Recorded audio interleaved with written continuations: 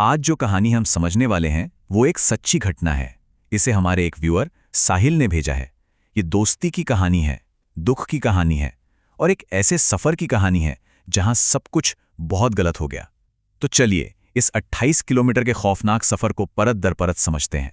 ये शब्द हैं साहिल के, जो इस कहानी के नरेटर हैं। पर यही लोरी अब मेरा सबसे डरावना ख्वाब है।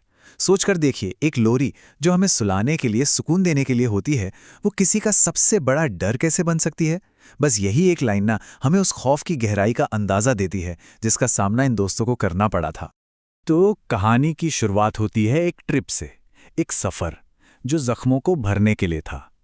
साहिल और उसके दोस्त अपने एक फ्रेंड समय को मनाली ले जाने का प्लान बनाते हैं।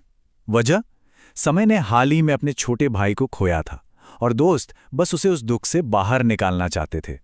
तो ये 4 दोस्त थे, साहिल, चिराग, अरुण और समय। और इनका इरादा बहुत नेक था, है ना।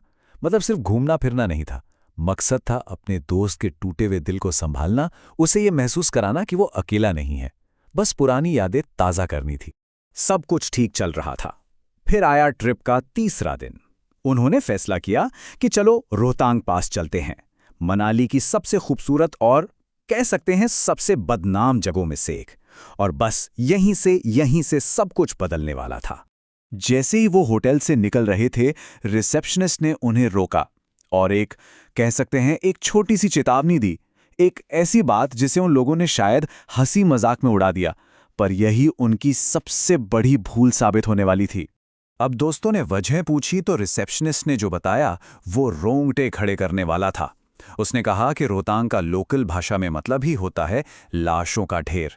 वहां के लोग मानते हैं कि सूरज ढलने के बाद, मतलब 6 बजे के बाद, वहां एक मायावी साया भटकता है और जो भी रात में वहां से गुजरता है उसे अपना शिकार बना लेता है। अब जाहिर है दोस्तों ने इस बात पर ज्यादा ध्यान नहीं दिया। उन्होंने इसे बस एक लोकल कहानी समझकर अनदेखा कर दिया। लेकिन जब वो वापस आ रहे थे और पहाड़ों को घने कोहरे और स्याह अंधेरे ने घेर लिया, तब उन्हें समझ आया कि असली खौफ तो अब शुरू हुआ है। चारों तरफ घना कोहरा, गाड़ी बहुत धीरे धीरे चल रही थी। तभी उन्हें सड़क के किनारे एक मील का पत्थर दिखा। उस पर लिखा था मनाली 28 किलोमीटर। खैर, इसमें कुछ अजीब नहीं था। अजीब थी वो परछाई जो उस पत्थर के ऊपर बैठी हुई थी। और यहीं से ना कहानी एक बहुत ही अजीब साइकोलॉजिकल मोड़ लेती है। उन्होंने उस पत्थर को पार किया, करीब करीब 20 मिनट और गाड़ी चलाई होगी, और फिर से वही पत्थर देखा, मनाली 28 किलोमीटर। लेकिन इस बार जो हुआ उसने सबको हिला के रख दिया। हर दोस्त को उस पत्थर पर कुछ अलग ही दिखा। साहिल को एक धोती पहना हुआ आदमी दिखा, चिराग को एक छोटी बच्ची जिसके हाथ में खिलौना था, अरुण को एक काला घोड़ा, और समय को लगा जैसे कोई मदद मांग रहा हो।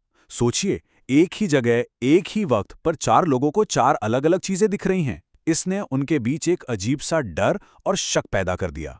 वो अभी भी इस 28 किलोमीटर वाले लूप से हैरान थे, ये समझने की कोशिश ही कर रहे थे कि ये क्या हो रहा है, कि खतरा एक कदम और पास आ गया। अब वो कोई दूर का साया या भ्रम नहीं था, अब वो हकीकत बनकर उनकी चलती गाड़ी के ठीक बगल में आ चुका था। गाड़ी अरुण चला रहा था और अचानक उसकी कांपती हुई आवाज गूंजी, सुनो दोस्तों, बाहर मत देखना, पर कोई हमारे साथ साथ चल रहा है। बस इन शब्दों ने गाड़ी के अंदर की हवा को जैसे जमा दिया। किसी की हिम्मत नहीं हुई बाहर देखने की, पर सबको पता था कि वो अकेले नहीं हैं। और सोचिए, गाड़ी की स्पीड क्या थी? 40 किलोमीटर प्रति घंटा। 40 की स्पीड पर कोई इंसान गाड़ी के साथ साथ कैसे चल सकता है? भाग भी नहीं सकता। ये नामुमकिन था। मतलब साफ था, जो भी उनके साथ चल रहा था वो कोई इंसान नहीं था। जब उन्होंने हिम्मत करके देखा तो वो कोई 15 साल का लड़का था। उसके कपड़े मिट्टी में सने हुए थे, जैसे कहीं से निकल के आया हो। और सबसे डरावनी बात पता है क्या थी? वो भाग नहीं रहा था, वो बस चल रहा था, नॉर्मल वॉक कर रहा था, और फिर भी 40 की स्पीड से चल रही गाड़ी के साथ साथ था। ये कुदरत के किसी भी नियम में फिट नहीं बैठती थी। लेकिन इस पूरे खौफ के बीच सबसे अजीब रिएक्शन था समय का। वो उस लड़के को देखकर डरा नहीं, बल्कि उसे लगा कि उसे मदद की जरूरत है। उसने तो गाड़ी की खिड़की तक खोल ली थी। अरुण ने जैसे ही ये देखा, उसने गाड़ी की स्पीड और बढ़ा दी, और जैसे ही गाड़ी आगे निकली, वो लड़का पीछे रुक गया और रियर व्यू मिरर में से देखकर मुस्कुराते हुए हाथ हिला रहा था। खैर, जैसे तैसे करके वो लोग उस भयानक सड़क से बाहर निकले और होटल पहुंचे। सबको लगा कि चलो, बुरा सपना खत्म हुआ, जान बची। लेकिन उन्हें क्या पता था कि वो साया सड़क पर नहीं, उनके साथ ही होटल तक आ पहुंचा था। असली हॉरर तो अब उनके कमरे के अंदर शुरू होने वाला था। वक्त था रात के 3:30 बजे। साहिल की नींद अचानक एक आवाज से खुलती है। कोई लोरी गा रहा था। उसने उठकर देखा तो समय शीशे के सामने खड़ा था और खुद को ही देखकर लोरी गा रहा था।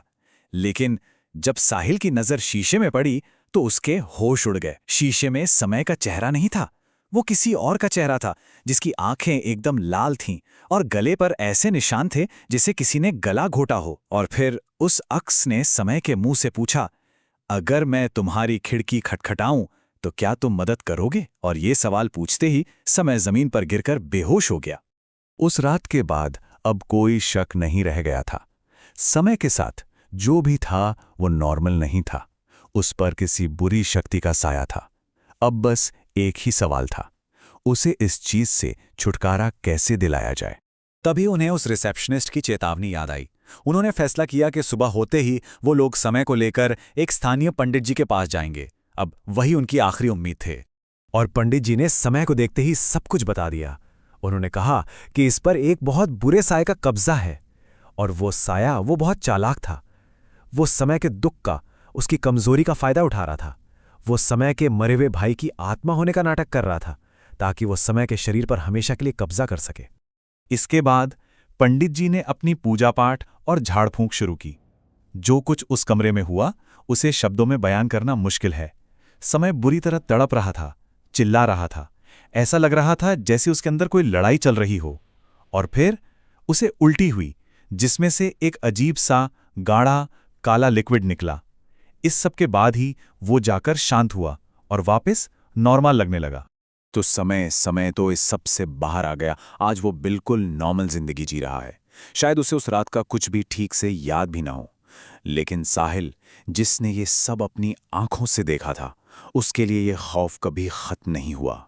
और इसी के साथ ये कहानी वापस वहीं आ जाती है जहां से हमने शुरू की थी। साहिल की उस एक लाइन पर वो कहता है, आज समय पूरी तरह से नॉर्मल है, लेकिन मुझे हर रात सपनों में वही लोरी सुनाई देती है। मतलब वो खौफ, वो डर हमेशा के लिए उसकी यादों का हिस्सा बन चुका है। तो ये कहानी हमें एक बहुत ही गहरे सवाल पर लाकर छोड़ देती है। क्या वाकई हमारा दुख, हमारा अकेलापन हमें इतना कमजोर बना देता है कि कोई बुरी या अलौकिक शक्ति हम पर हावी हो सके? क्या दुख पैरानॉर्मल दुनिया का दरवाजा खोलता है? सोचिएगा जरूर।